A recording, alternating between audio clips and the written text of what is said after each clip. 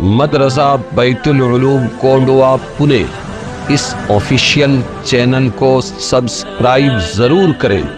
یاد رکھیے، اس سے کسی ایک شخص کو نہیں، پورے مدرسے کو فائدہ ہوگا اور آپ کو اجر عظیم ملے گا۔ بعض لوگوں کو بعض باتوں میں گھسنے کی بہت عادت ہوتی ہے، حالانکہ وہ ان کا سبجیکٹ نہیں ہوتا۔ سمجھ میں آیا؟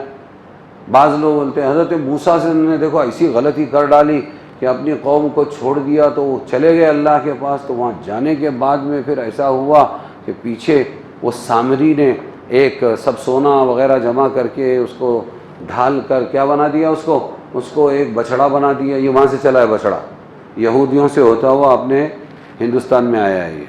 تو کہنے لگے اس میں سے کچھ آواز آنے لگی، جبرائیل کے گھوڑے کے ٹاپ کے نیچے سے ایک مٹی کی مٹھی اٹھا لیا تھا سامری نے، اور وہ اس میں ڈال دیا تو ہوا چلتی تو بھاں بھوں اس طرح کچھ آواز آتی تھی، تو وہ بہت عجیب سا لگنے لگا لوگوں کو۔ اس نے کہا اب وہ موسیٰ کا خدا گیا، اب اس کی پوجا کرو۔ تو وہ لوگ پوجا کرنے لگے۔ ہارون علیہ السلام کمزور پڑ گئے اور میرے پہ الزام آئے گا انتشار کا، اس لیے چپ رہے۔ 40 سال کے بعد جب وہ 40 دن کے بعد جب وہ اپنے الواح لے کر آئے، تختیاں لے کر آئے تورات کی، تو لانے کے بعد غصے میں انہوں نے پٹک دی، اس کو نیچے رکھ دیا، اور اپنے بیٹے اپنے بھائی کی ماں جائے بھائی تھے ان کی داڑھی پکڑ کے کہا یہ کیا کیا ہارون؟ کہنے لگے یہ لوگ مجھے کمزور سمجھ کے دبا گئے۔ تو پھر اس کے بعد اس کو جلا دیا، اور سامری کو ایسی بیماری لگی کہ وہ بولتا تھا ڈونٹ ٹچ می۔ وہی دنیا ہی میں اللہ تعالیٰ نے اس کو عذاب دے دیا۔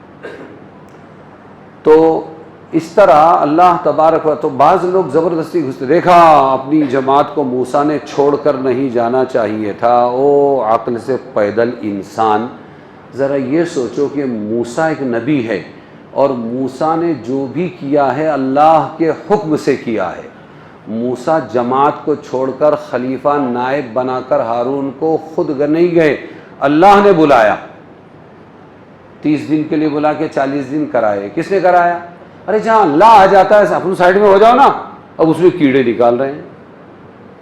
اللہ آ گیا تو بندے خود بخود پیچھے ہو جانا چاہیے، اب وہاں عقل لڑا رہے، وہاں عقل لڑا رہے، صرف ایک بات ثابت کرنے کے لیے کہ کوئی بھی ذمہ دار اپنی جماعت کو بے یار و مددگار چھوڑ کر نہ جائے، ورنہ گمراہی پھیل سکتی ہے۔ تو اس کے لیے آپ کے پاس بہت سی دلیلیں ہیں۔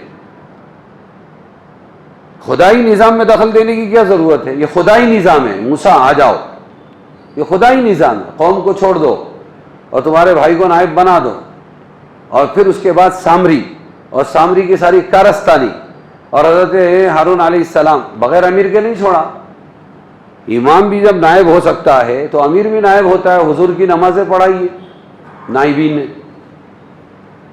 لیکن ایک چیز دماغ میں گھس گئی، اس کو ثابت کرنے کے لیے ادھر ادھر کی ٹامک ٹوئیاں کرنا اور زمین و آسمان کے قلابیں ملانے کی کوشش کرنا اور اپنی بات ثابت کرنا، اس سے بہت سے فتنے وجود میں آتے ہیں۔ نہیں کرنا چاہیے۔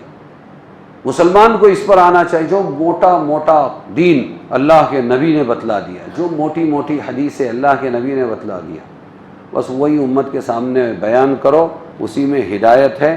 اگر اتنی باریکیاں، اتنے پوائنٹس، اتنے نکات اگر اس میں ہدایت ہوتی جو لوگوں کی سمجھ میں نہیں آ رہا ہے، کئی طری ویگڑا سانگائلا پائیجے، کچھ تو بھی الگ سے بولنا چاہیے، اگر یہ ہوتا تو پھر اللہ کے نبی ہدایت نہیں پھیلا سکتے، نعوذ باللہ ثم نعوذ باللہ۔ اللہ کے نبی کی لاکھوں حدیثیں موٹی موٹی سیدھی سیدھی، اور قرآن پاک امت کو یہ تو نہیں معلوم ہے، وہ تو بیان نہیں کرنا، اور میں اپنی طرف سے کوئی ایسا نقطہ لے کر آؤں کہ واہ کیا نیا پوائنٹ بتایا ہے، یہ کرنا یہ کوئی دین کا کام نہیں ہے۔ پریشان کر دینا، امت کو الجھا دینا، یہ کوئی دین کا کام نہیں ہے۔ دین کا کام تو یہ ہے کہ جو اللہ کے نبی نے موٹا موٹا بیان کیا ہے وہی پیش کر دو، اسی میں ہدایت چھپی ہے۔ ہماری تحقیقات میں نور نہیں ہے، حدیث پاک میں نور ہے، اسی طرح قرآن کی آیات میں نور ہے۔ اسی قرآن کی آیت نے اور انہی حدیثوں نے زندہ دفن کر دینے والے، بچی کو زندہ دفن کر دینے والی جاہل اور جانور قوم کو ہدایت پر لایا تھا، اور ہمارے 3 گھنٹے کے بیانات وہ اثر نہیں رکھتے ہیں۔ اسی لیے امت بجائے دین کی طرف آنے کے اور گمراہی کی طرف جا رہی ہے. تو ہم کو ایسی باتیں نہیں کرنی چاہیے.